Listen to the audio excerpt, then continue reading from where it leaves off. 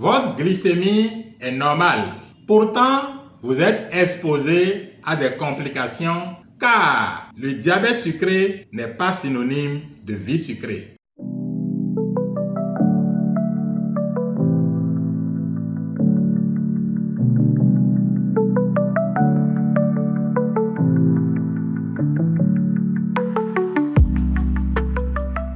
Bonjour chers abonnés, bienvenue sur cette émission La Voix du diabète, une émission proposée par l'ONG Foi et Action. Aujourd'hui, nous vous entretenons à propos des perturbations du diabète sur les graisses. Mais déjà, nous allons vous parler des graisses en situation normale dans l'organisme. Généralement, on distingue deux types de graisses, les graisses fixes et les graisses circulantes. Aujourd'hui, nous allons nous concentrer sur les graisses fixes. Et nous allons déjà commencer par vous dire que les graisses fixes se distinguent en fonction de leur couleur.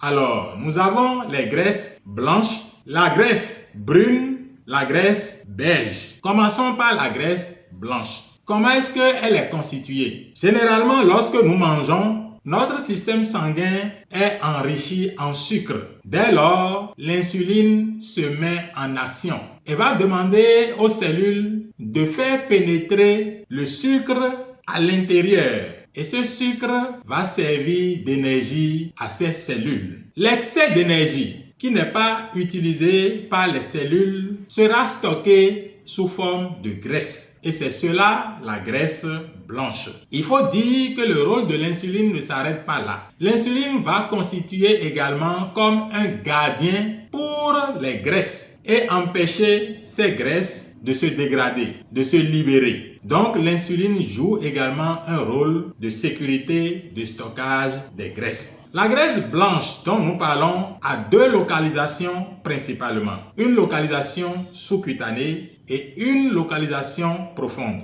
La localisation sous-cutanée, comme son nom l'indique, est directement sous la peau. Et cette graisse fait à peu près 90% de la graisse de l'organisme. Et quand l'organisme aura besoin d'énergie ultérieurement, c'est cette graisse-là qui sera déployée. Mais il existe une autre forme de graisse blanche, la graisse viscérale, qui est plus en profondeur. Cette graisse entoure nos organes comme le cœur, le foie, les reins, les intestins, ainsi de suite. Et cette graisse, il est très important d'en parler parce que c'est une graisse qui n'est pas neutre. Il s'agit d'une graisse qui est métaboliquement active, c'est-à-dire que c'est une graisse qui peut se comporter comme un organe autonome et sécréter des substances qui auront un impact général sur notre santé. Parlons de quelques sécrétions. La leptine ou l'adiponectine, c'est des substances qui sont sécrétées par cette graisse et qui ont un effet sur la régulation de l'appétit et la sensibilisation de notre organisme aux effets de l'insuline. Mais au fur et à mesure que cette graisse s'accumule, la leptine va perdre son effet et l'adiponectine va commencer par diminuer. Les autres substances dont nous allons parler ont des effets pervers sur le corps. Il y a les acides gras qui vont accéder au foie par la veine porte et contribuer à l'insulinorésistance qui va aggraver le diabète de type 2.